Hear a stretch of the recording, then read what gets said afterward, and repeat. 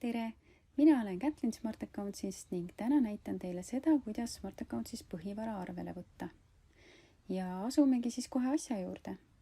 Enne veel mainin ära ühe hästi olulise asja, et nimelt saab põhivara automaatselt koos ostuarvega arvele võtta juhul, kui ostuarvel on kasutatud sellist põhivarakontot, mis kuulub mõnda põhivaragruppi. Ja seda, millised kontod põhivaragruppi kuuluvad, saab vaadata põhivaraseaded lehel.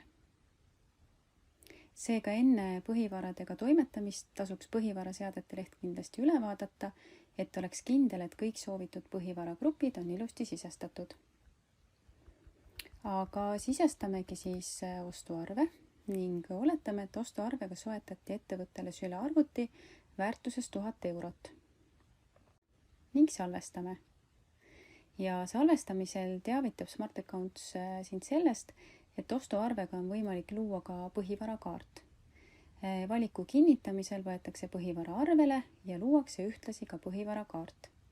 Ja põhivarakaardi saab mugavalt lahti klõpsata ostuarvel seotud dokumentide jaotises.